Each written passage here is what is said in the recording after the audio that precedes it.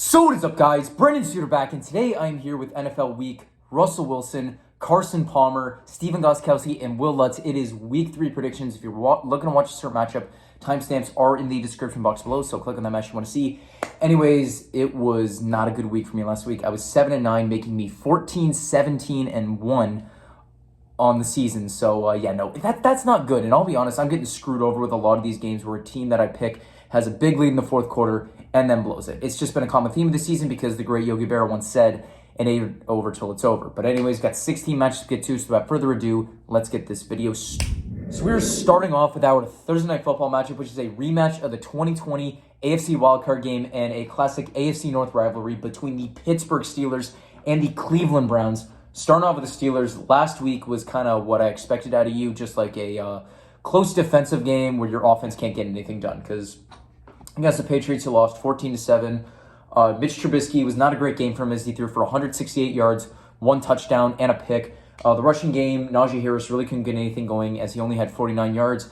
And in terms of receiving, lead receiver was Deontay Johnson per usual with 6 receptions for 57 yards.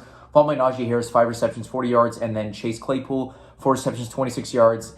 And the only person to have a receiving touchdown was actually Pat Freiermuth. And that was pretty much it. And the defense, once again, you did hold the Patriots to 17 points, which is good, but your offense just couldn't get anything done. And then with the Browns, what was that? Like, you guys choked so bad. At one point, you had a 99.9% chance to win that game against the Jets, and you lost 31-30. Starting off, Jacoby Brissett, it was an okay game for him as he threw for 229 yards, 1 touchdown and pick. Once again, it was really all in the rushing game. Nick Chubb led with 87 yards and 3 touchdowns, followed by Kareem Hunt with 58 yards. And in terms of receiving, Amari Cooper, a great game, 9 receptions, 101 yards, and a touchdown, followed by Harrison Bryant, 3 receptions, 45 yards, and David Njoku, 3 receptions, 32 yards. That was pretty much it. The defense was okay for most of the game, but the fourth quarter, you guys just completely sold.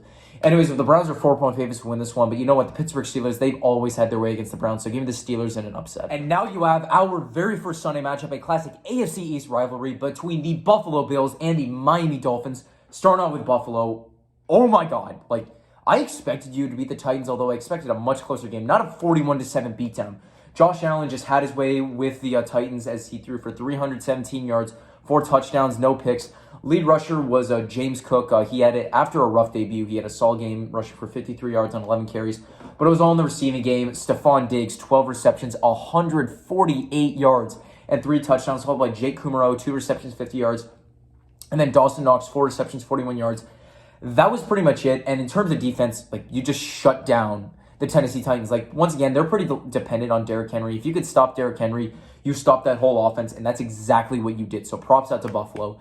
And then Miami, you guys, you had such an amazing comeback against the Baltimore Ravens. Tua Tagovailoa threw for 469 yards, nice, with 6 touchdowns and throwing 2 picks. Sure, the first half was pretty rough, but the fourth quarter, he just absolutely turned it up. In terms of rushing, not really much. Raheem Mostert was your lead rush with 51 yards, followed by Chase Evans with 33 yards. But once again, it was in the receiving game in Tyreek Hill and Jalen Waddle. Firstly, Tyreek Hill, 11 receptions, 190 yards, and 2 touchdowns. Once again, I've said this about Tyreek Hill many times. If you cannot neutralize Tyreek Hill, you can't win.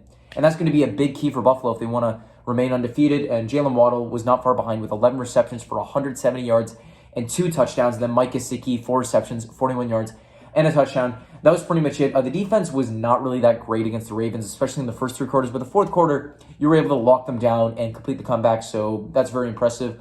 Bills are currently 6-point favorites to win this one. I'm going to say that they win and cover the spread. And now you have our very next matchup between the Cincinnati Bengals and the New York Jets. Starting off with the Bengals, is it already panic time because you're already 0-2 in the season? The quarterbacks you've lost to were Mitch Trubisky and Cooper Rush, and you lost to the Cowboys 20-17. Joe Burrow, okay, only threw for 199 yards, 1 touchdown, no picks. In terms of rushing, lead rusher was Joe Mixon with 57 yards, followed by Joe Burrow with 26. But receiving was all right with T. Higgins, 6 receptions, 71 yards and a touchdown. Jamar Chase, 5 receptions, 54 yards. And then Joe Mixon, 3 receptions, 26 yards.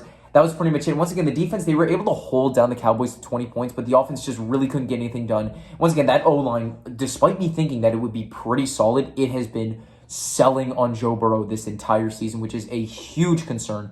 And already with you guys 0-2, the Super Bowl hangover apparently is real. And then the New York Jets, just an epic comeback you guys had against the Cleveland Browns. Joe Flacco, is he elite? I still don't think he is, but he did lead an elite comeback. Threw for 307 yards, 4 touchdowns, no picks. Breece Hall was your lead rusher with 50 yards, followed by Michael Carter with 23. But it was in the receiving game, mainly Garrett Wilson. Obviously, he was a first-round pick this year, and he was awesome. 8 receptions, 102 yards, and 2 touchdowns, including the game winner. Followed by Corey Davis, 2 receptions, 83 yards, and a touchdown. Elijah Moore, 3 receptions, 41 yards. That was pretty much it. And the defense, sure, they were struggled against the Cleveland Browns, but they made a couple of key stops in order to make this comeback. So currently, the Bengals are 5-point favorites to win this one. Now, would I pick them to win? Because don't forget, they have lost to some bad QB competition. And don't forget, last year they allowed Mike White and the Jets to beat them. But I'm going to take the Bengals on this one, that they win and cover the spread. They need to rebound. And now you have our very next matchup between the Las Vegas Raiders and the Tennessee Titans. Starting off with the Raiders, just a horrible choke job last week. You led 20-0 at one point, and then you blew it. Starting off, Derek Carr, he did actually have a pretty solid game. A good bounce back from week 1 as he threw for 252 yards, 2 touchdowns, no picks. Lead rusher was Josh Jacobs with 69 yards, so very nice. But in terms of receiving, Matt Collins is your lead receiver with 5 receptions, 66 yards, followed by Hunter Renfrow, 7 receptions, 59 yards, and then Darren Waller, 6 receptions, 50 yards, and a touchdown. The only other person to have a receiving touchdown was Devontae Adams, but he only had 12 yards in the day, which is kind of odd for him.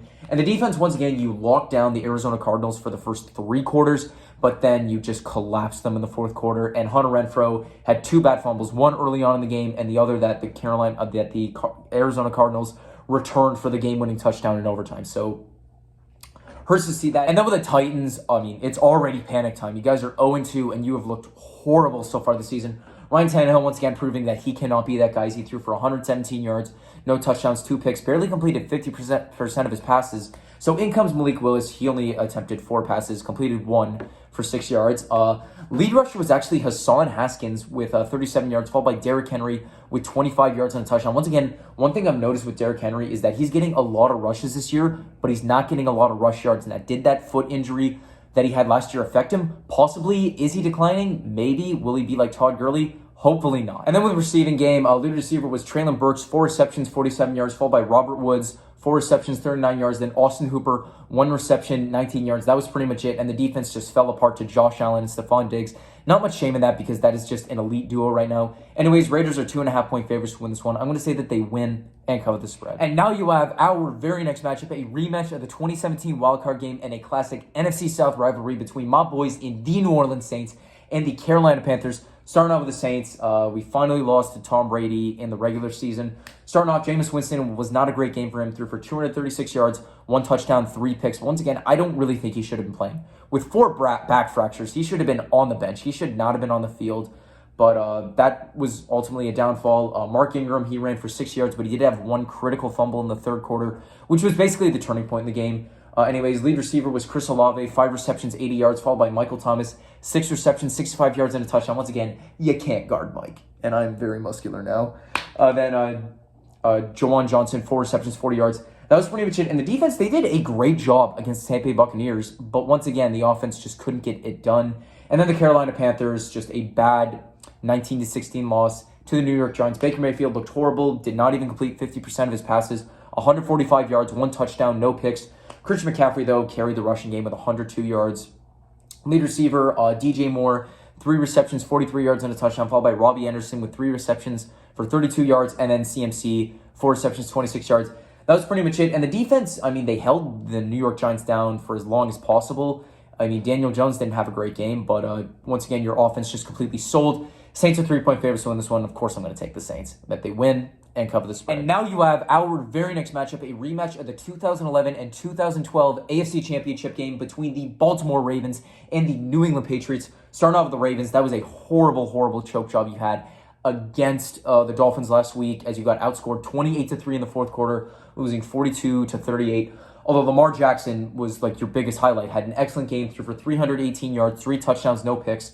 And he also was your lead rusher with 119 yards and a touchdown. Once again, he's proving that he's one of the better quarterbacks in the league. And I'm so tired of people using that running back narrative on him. But anyways, in terms of receiving, lead receiver was Rashad Bateman, 4 receptions, 108 yards and a touchdown, followed by Mark Andrews, 9 receptions, 104 yards and a touchdown. And the only other person to have a receiving touchdown was Demarcus Robinson. But Devin Duvernay did start the game off with a kick return touchdown, which was nice. Once again, the defense, excellent first half, but a horrible second half. I've said it before, if you can't neutralize Tyreek Hill, you cannot win the game. And then with the Patriots, barely pulled out a 17-14 victory over the Pittsburgh Steelers. But once again, I knew that it was just going to be a defensive battle, and your defense prevailed. Mac Jones threw for 252 yards, 1 touchdown, 1 pick. Lead rusher was Damian Harris with 71 yards and a touchdown. But once again, Bill Belichick kind of runs like a running back by committee, so who knows, maybe he pops off in this game again, or it'll be Ramondre Stevenson.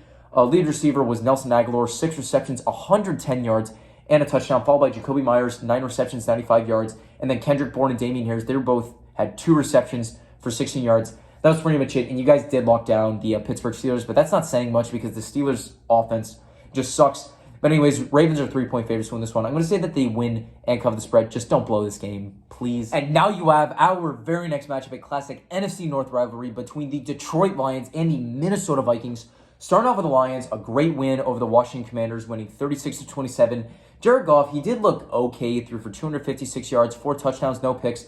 Lead rusher was surprisingly Amon-Ra St. Brown with 68 yards, followed by DeAndre Swift with 56. But once again, receiving, it was all Amon-Ra St. Brown. He has been a huge asset to this Lions offense, especially by midseason last year. Ever since then, he's just been a beast. 9 receptions, 116 yards, and 2 touchdowns, followed by Josh Reynolds, 3 receptions, 38 yards, and a touchdown. And then DeAndre Swift, 2 receptions, 31 yards, and a touchdown. That was pretty much it. And the defense, they did well against Washington in the first half. Sure, they kind of let their foot off the gas in the second half. Once again, they had such a lead that they were able to do this. So props out to the Lions for the win. And then the Vikings, just an absolute embarrassment against the Philadelphia Eagles on Monday Night Football. Once again, kind of reinforcing Kirk Cousins not being able to play in the spotlight as he threw for 221 yards, 1 touchdown, and 3 picks. Lead rusher was actually Kirk Cousins with 20 yards because they were just so far behind. They weren't giving Dalvin Cook enough of a chance.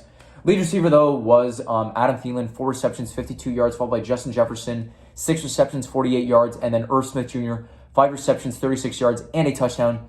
And the defense just could not handle the passing game or running game that was led by Jalen Hurts. Jalen Hurts threw for 333 yards against you guys. He just absolutely balled out. And once again, the narrative on Jalen Hurts is that he just can't throw, and he did that against you guys, which is a pretty humiliating. But you guys are 6-point favorites to win this one. I say that the Vikings win and cover the spread. And now you have our very next matchup, a classic NFC East rivalry between the Philadelphia Eagles and the Washington Commanders.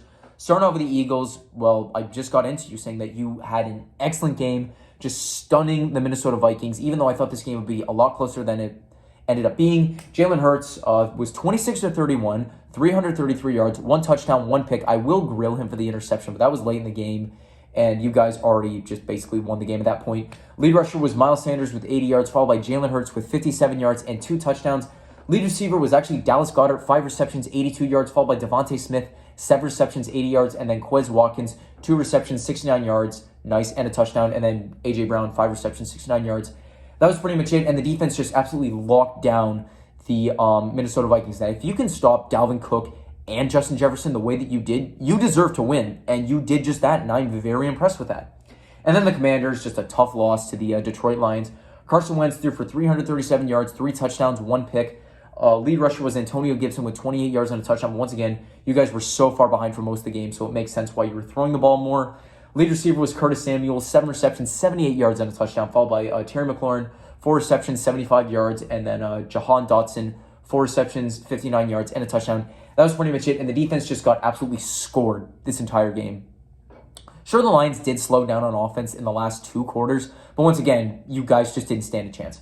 Anyways, Eagles are 6.5-point favorites to win this one. I'm going to say that they win, but don't cover the spread. And now you have our very next matchup, a rematch of the 2013 AFC wildcard game between the Kansas City Chiefs and the Indianapolis Colts. Starting off with the Chiefs, a big 27-24 victory over the LA Chargers. Patrick Mahomes threw for 235 yards, 2 touchdowns, no picks, although there should have been a couple picks in there if it wasn't for the Chargers defense taking penalties or a dropped interception, although it is mighty convenient that none of those picks ended up happening.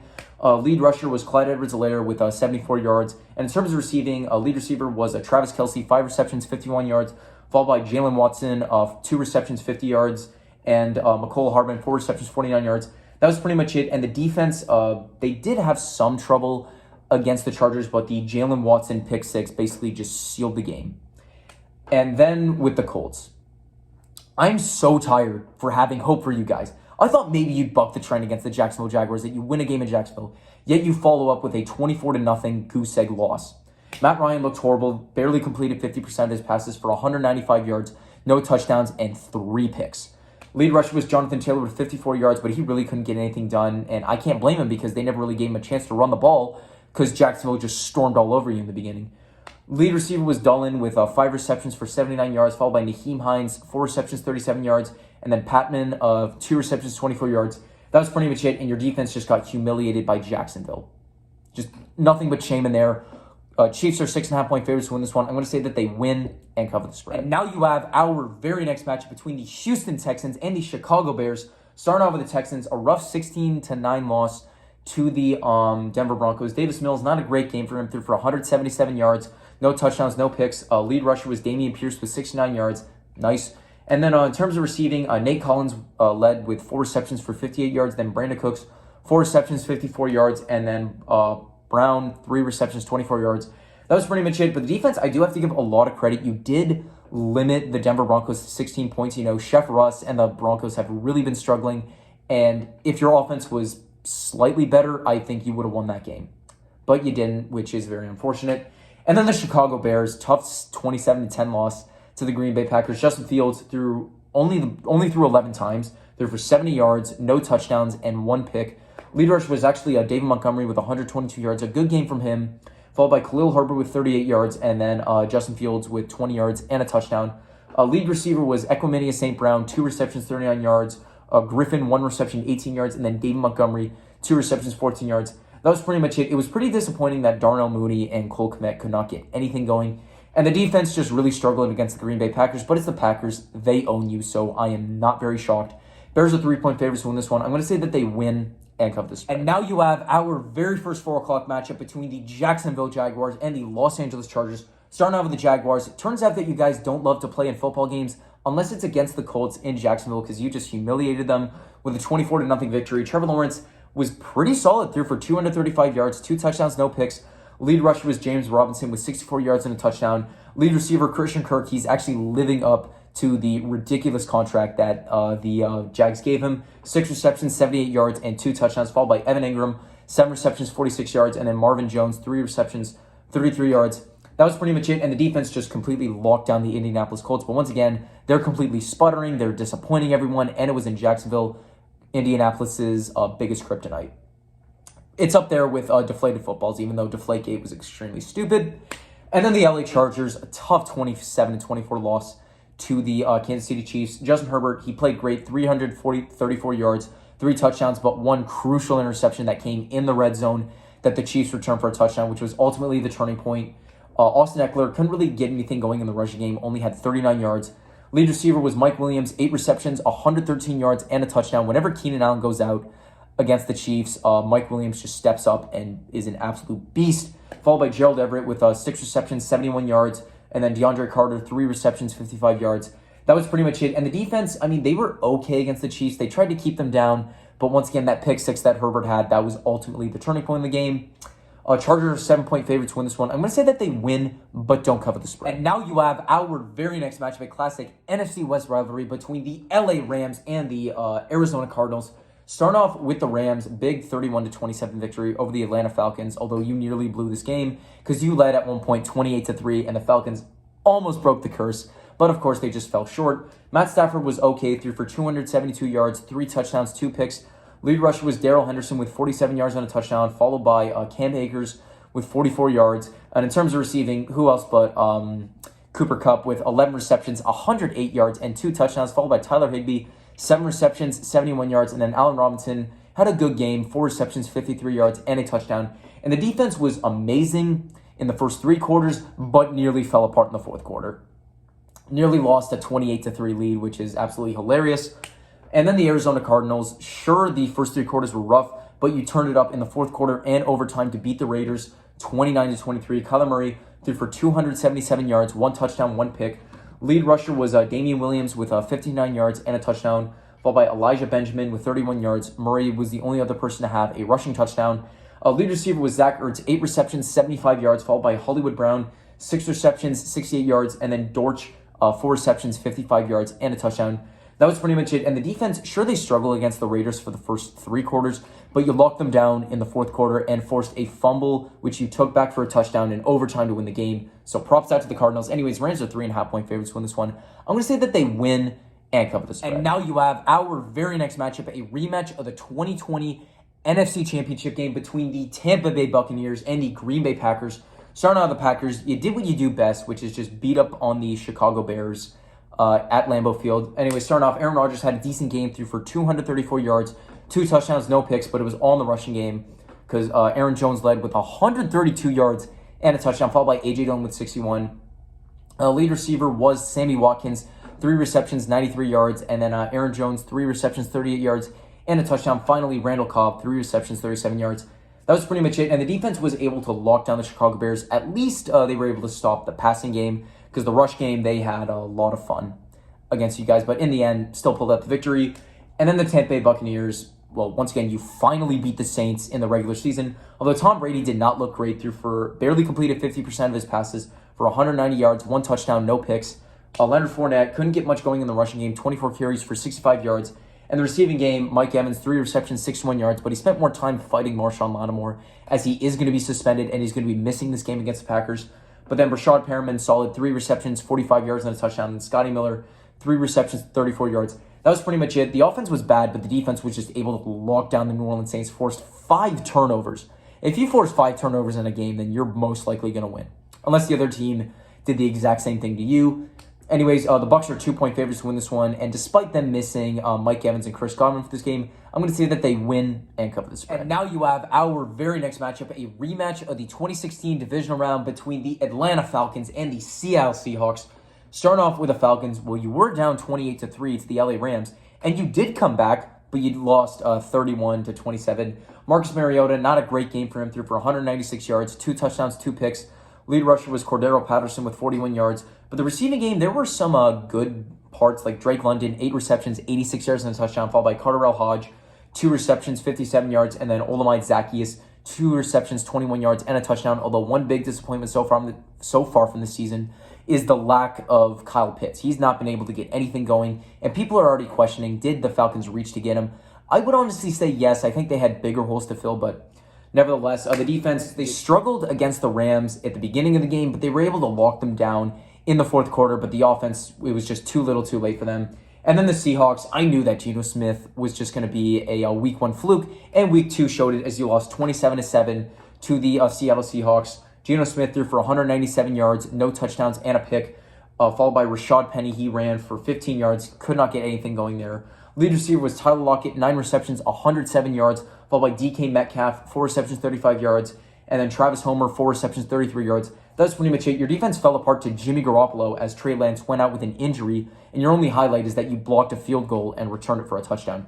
Anyways, but Seahawks are 2-point favorites to win this one. I'm going to say that they win and cover this spread. And now you have our Sunday Night Football matchup, a rematch of Super Bowl 24 between the San Francisco 49ers and the Denver Broncos. Starting off with the Niners, obviously the big narrative going into this is that Trey Lance is going to be out for the rest of the season, so in comes Jimmy Garoppolo.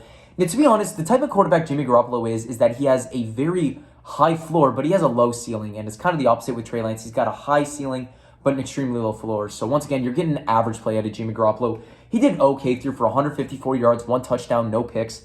Lead rusher was Jeff Wilson Jr. with 84 yards once again, despite not having Elijah Mitchell. I've said it before, Kyle Shanahan can make it work with any running back. Lead receiver was Brandon Ayuk, 5 receptions for 63 yards, followed by Deebo Samuel, 5 receptions, 44 yards, and then Dwelly, 1 reception, 38 yards, and a touchdown. That was pretty much it, and the defense just did an excellent job against the Seattle Seahawks. Didn't even allow their offense to score a touchdown, as the only touchdown that the Seahawks scored was on special teams.